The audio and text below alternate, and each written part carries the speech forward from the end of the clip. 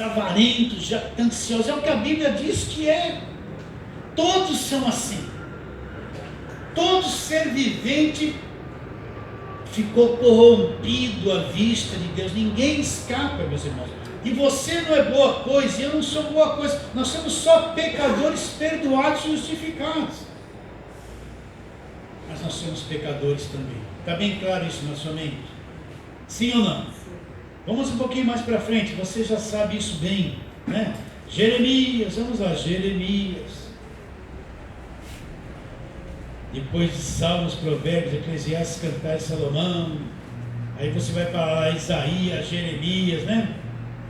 Jeremias, aquele famoso versículo no capítulo 37. Ele está mostrando como o interior do homem ficou. Ele diz assim, quando ele fala o coração, é o que o homem é por dentro, é os desígnios que se passa dentro dele. Versículo 9, Jeremias 17, 9, enganoso é o coração mais do que todas as coisas. Pastor, o que ele está dizendo é isso? Quer dizer que quanta coisa que passa na minha mente, nas minhas emoções, que se passam dentro de mim, são coisas enganosas, são coisas totalmente enganosas. Olha o que ele fala, enganoso é o coração e desesperadamente corrupto. Quem o conhecerá? Aí Deus fala, eu, Senhor, esquadrinho o coração e provo os pensamentos. E isto para dar a cada um segundo o proceder, segundo o fruto das suas obras, né? Vamos lá para frente agora, correndo. Mateus capítulo 15, que eu já li aqui para vocês 2000 vezes. Mateus capítulo 15. Aquela questão do que é o que contamina o homem, né? Os discípulos iam comendo sem lavar as mãos. Aí quem aparece? Aparece eles mesmos, né? Os anciãos, os fariseus, os escribas, né? E escriba lá, versículo 1 do capítulo 15 de Mateus. E vieram de Jerusalém Jesus, alguns escribas e fariseus, e perguntaram: por que transgride os teus discípulos a tradição dos anciãos? Pois não lavam as mãos quando comem. Isso era a doutrina deles. Aí Jesus explica, né? Não vou ler tudo que você já sabe. Ele explica, o que contamina o homem não é a questão de lavar as mãos, o que entra pela boca. O que entra pela boca do homem depois é lançado em lugar escuso. Aí Jesus explica, o que contamina o homem é o que vem de dentro do homem, do coração dele, lá de dentro dele. E aí ele vai explicar, versículo 17 do capítulo 15. Não compreendeis que tudo que entra pela boca desce para o ventre, depois é lançado em lugar escuso? Mas o que sai da boca vem do coração, lá das entranhas do homem.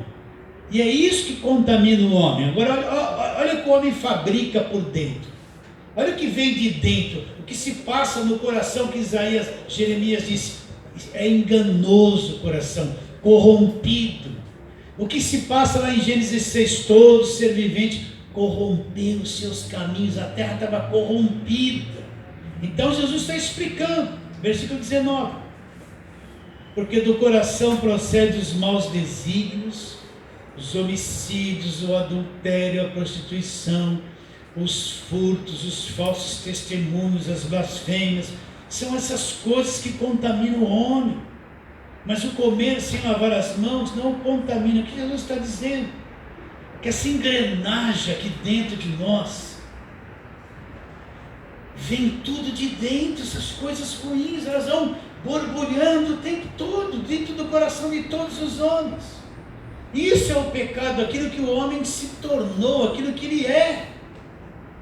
E não tem um que não é assim. Todos que vieram do primeiro casal já nasceram com vírus, já nasceram contaminados, já nasceram estragados. Porque a lei foi dada. A lei foi dada para mostrar para o homem: olha como você é maligno, olha como você é estragado, olha como você é corrompido.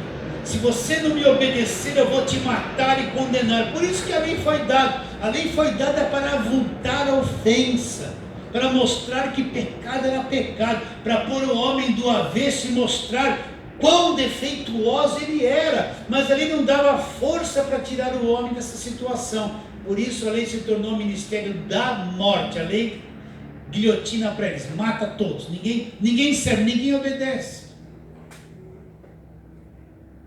O feliz do homem, da mulher, do crente que entendeu esse estado de miséria, esse estado de corrupção, de depravação. Ele entendeu que é incapaz de ser perfeito para Deus. Ele entendeu que é incapaz de agradar a Deus porque ele só produz defeito. Pode ser religioso, bem educado, por uma roupa de coroinha, uma batina de padre, um paletó de pastor, né? Uma roupa branca lá de um missionário. Todos são estragados, pervertidos. Não tem um que não seja assim. Mateus capítulo 7, vamos lá, Mateus 7, só para aumentar a lista aqui dos... Marcos 7, isso, Marcos 7. Marcos 7, do versículo 20 a 23, aumenta a lista disso que vem de dentro. Marcos 7, ele dizia, versículo 20, o que sai do homem, isso que é o que o contamina. Porque de dentro do coração dos homens é que procede aos maus desígnios, a prostituição, os furtos, os homicídios, os adultérios, a avareza, as malícias, o dolo, a lascívia, a inveja, a blasfêmia, a soberba, a loucura. Ora, todos esses males vêm de dentro. Vem de onde? De dentro. E é isso que contamina o homem. Por isso, meus irmãos, não adianta a igreja falar assim, irmãs, você não pode mais cortar o cabelo que vai para o inferno, você não pode cortar a roupa, você não pode fazer isso, não pode fazer aquilo, você não pode. É um monte de não pode. É condenado, você falou isso, você vai para o inferno, você está condenado. Tudo que está debaixo de lei é isso. Não adianta, porque por dentro nós somos todos assim. Vocês entendem isso ou não? Você pode ter um estereótipo, né? De santo. Uma vez eu estava fazendo um programa de rádio explicando isso. Aí uma missionária aqui da região, que tem uma igreja lá no Jardim Brasil, ela foi corajosa. Quando terminou, eu dei o telefone, ela ligou para mim, ela falou, pastor, eu ouvi tudo que o senhor falou. Eu sou missionária da igreja tal, eu revelo, eu faço tudo isso. Mas eu preciso confessar para o senhor, eu vi isso, essa pregação toda. Eu sou aquela pessoa que estou atrás de um púlpito com aparência de santo, com cabelo comprido, com uma saia comprida, mas a minha vontade, eu vou falar as palavras dela, é transar com todo homem bonito da igreja. Ela falou isso para mim. Falei, minha irmã, você foi corajosa. Ela me ligou e falou isso. E confessou que ela era assim. Aí eu expliquei, andai no Espírito. O único meio, não adianta você jejuar, se matar, subir no monte, pode se internar num convento também, você vai levar tudo que está aí dentro lá. O único meio, andai no Espírito, e não cumprireis a concupiscência da carne. É o único meio, o único que dá condições de, ainda você sentindo tudo isso, não cair nisso. É o Espírito Santo que está dentro de você. Você por si mesmo nega, faz tudo que é errado. Não tem como. Você está fazendo tudo certinho. Não pense que você é bonzinho, que agora você está no controle, né? Não. Tem o Espírito Santo dentro de você te dando força, suportando a tentação, né? Entende isso ou não? Te dando condições de você não cair. É Ele que está te mantendo nessa condição. Então ela me ligou e confessou isso. Falei, minha irmã, eu sei que é assim. Ela pôs para fora desesperada, angustiante. Falei, continua o que você faz. Só não pode se entregar para isso, não vai destruir a igreja inteira. Nunca mais falei com ela, nem ela falou comigo.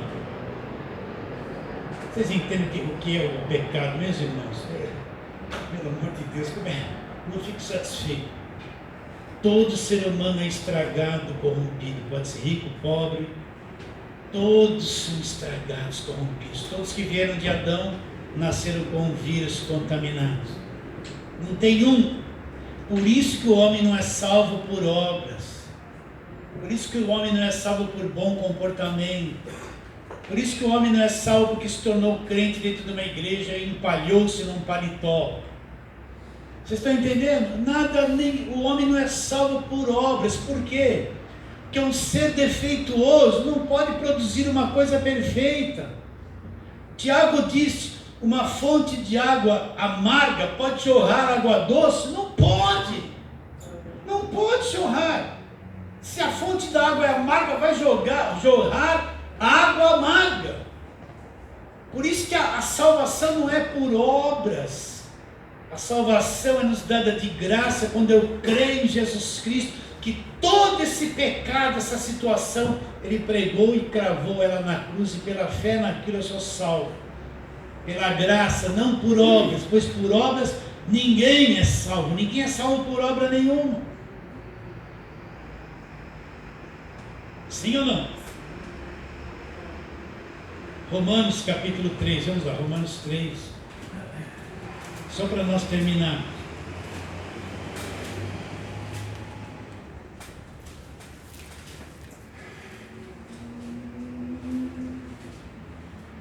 Temos muita coisa de Romanos, vamos ficar só com o capítulo 3, versículo 10, o que ele cita aqui. Como está escrito, Romanos 3,10: não há um justo sequer, não há quem entenda, não há quem busque a Deus, não há quem busque a Deus. Então quer dizer que um dia, quando aconteceu uma coisa comigo, eu busquei a Deus e criei em Jesus Cristo, foi eu que produzi? Não, foi Deus que produziu. Não há um que busque a Deus como tem que ser. Não há um. Continuando. Como está escrito, não há um justo, não há um sequer. Não há quem entenda, não há quem busque a Deus. Todos se extraviaram e a uma se fizeram inúteis. Presta atenção. A raça humana inteira é inútil. Inútil aos olhos de Deus. Inútil. Essa é a nossa condição. Por isso não adianta falar que eu fiz isso, eu fiz aquilo, foi eu que me converti, foi eu. Não, tudo é obra de Deus. Se Deus não operar nesse homem da carne, ninguém é salvo, ninguém é salvo por obras. Versículo 13: a garganta deles é sepulcro aberto, com a língua urdem engano, veneno de víbora está nos seus lábios, a boca eles a têm cheia de maldição e amargura, seus pés velozes para derramar sangue. Olha aqui, encaixe o Brasil no versículo 16: nos seus caminhos há destruição e miséria, desconheceram o caminho da paz, não há temor de Deus diante dos seus olhos. Essa é a condição. Essa é a condição do ser humano. Entende isso ou não? Versículo 23 de Romanos 6. E o pagamento, e o salário de tudo isso? Ele fala assim: porque o salário do pecado é morte, mas o dom gratuito, a graça de Deus, o dom gratuito de Deus é a vida eterna. Aonde? Em Cristo Jesus nosso Senhor. Agora volta lá para João 8. João 8, onde nós estamos. Os fariseus trouxeram a mulher pega em flagrante adultério. Disseram: Jesus, Moisés na lei nos mandou que tais mulheres sejam apedrejadas. Jesus escrevia na terra em silêncio. Eles insistiram muito. E no versículo 7, como insistem na pergunta, Jesus se levantou e lhes disse: aquele que dentre vós estiver sem pecado, seja o primeiro que atire a pedra. Qual ser humano teria condições de atirar a pedra naquela mulher?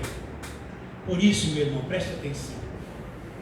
Não condene ninguém, não julgue ninguém. Nós temos a tendência de julgar as pessoas, condená-las.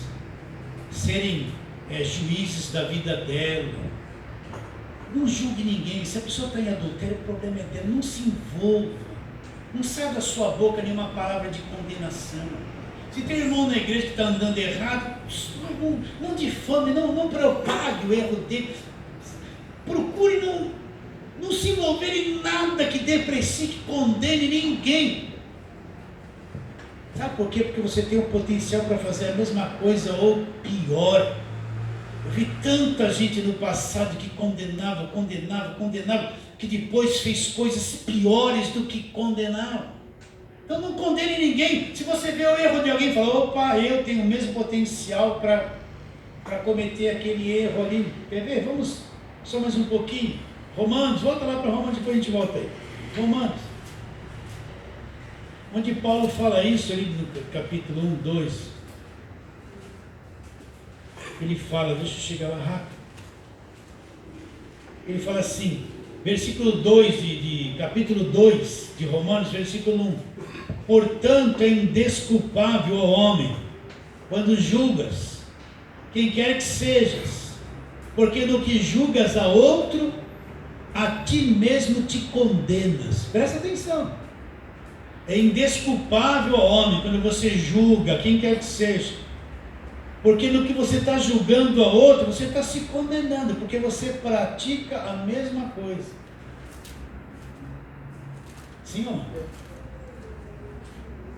Bem sabemos que o juízo de Deus é segundo a verdade contra os que praticam tais coisas. Tu, homem, que condena os que praticam tais coisas, as fazes as mesmas. Pensas que te livrará do juízo de Deus? Ah, não sei, fulano de tal, mentiroso.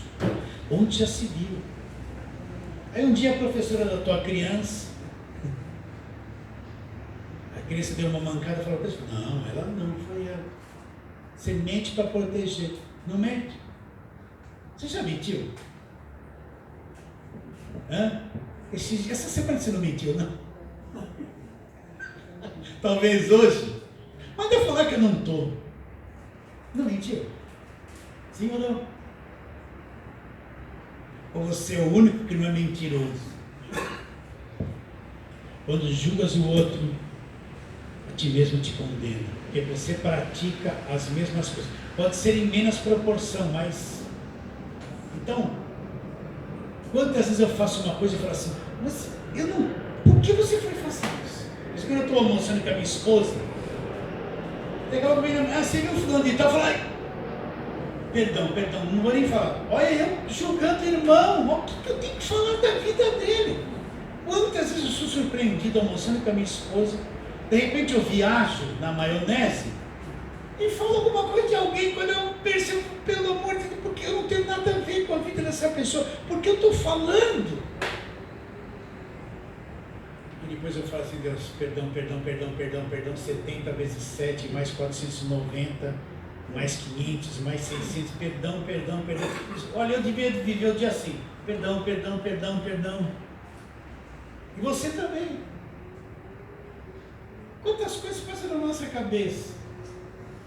Você entende isso? No que a gente condena os outros, nós nos condenamos, porque mais cedo ou mais tarde você vai praticar a mesma coisa, que nós não estivemos na situação dele. É fácil julgar de fora, mas no dia que eu estiver lá, a minha reação da alma pode ser a mesma que ele teve e às vezes até pior. Volta lá, João, agora eu termino, João 8. Como insistisse na pergunta que Jesus Cristo disse, parte B do versículo 7. Aquele que dentre vós estiver sem pecado, seja o primeiro que atire a pedra. Jesus tocou num ponto que ninguém ali teria autoridade de atacar uma pedra naquela mulher, porque eles todos eram pecadores. Olha como ele libertou ela, né? Aqui você vê a graça. Continua a leitura. E tornando a inclinar-se, continuou a escrever no chão. Mas ouvindo eles esta resposta, acusados pela própria consciência. Os fariseus lá, quem que levou essa mulher lá? Os fariseus, não tinham eles que ser os primeiros a tirarem a pedra? Mas acusados pela própria consciência, foram se retirando um por um e começar dos mais velhos até os últimos, ficando só Jesus e a mulher no meio onde está. Ninguém teve autoridade para tirar a pedra. Agora você vê a graça de Deus aqui. Jesus, como será que essa mulher estava vestida? Se ela foi pega em flagrante adultério, você acha que ela estava lá com um vestidão até o pé, arrumado uma trança, né? Se perfumado, bem vestidinha? Ela estava lá mal vestida. Vai saber como ela estava. Jesus não falou nada da roupa dela, da aparência dela, não criticou ela em nada, não condenou ela em nada. A lei condena. Eu fico pensando, eu entendi isso bem quando eu me pus no lugar das pessoas. Quando eu vi pessoas que fizeram coisas, sofreram dor, para mim era mais fácil falar e julgar, mas eu me pus lá, e se fosse eu que tivesse feito aquilo, e estava sentindo o que ela estava sentindo, eu não estaria bem. E se alguém viesse e falasse alguma coisa contra mim, me condenando, eu seria destruído. Se ponha no lugar da pessoa para ver o que ela sentiria. Então Jesus não acusou ela em nada. E erguendo-se Jesus, não vendo ninguém mais além da mulher, olha a graça aqui, perguntou: mulher, onde estão os teus acusadores? Ninguém te condenou, né? Ninguém te condenou? Cadê aquelas pessoas todas que te trouxeram aqui? Ninguém te condenou?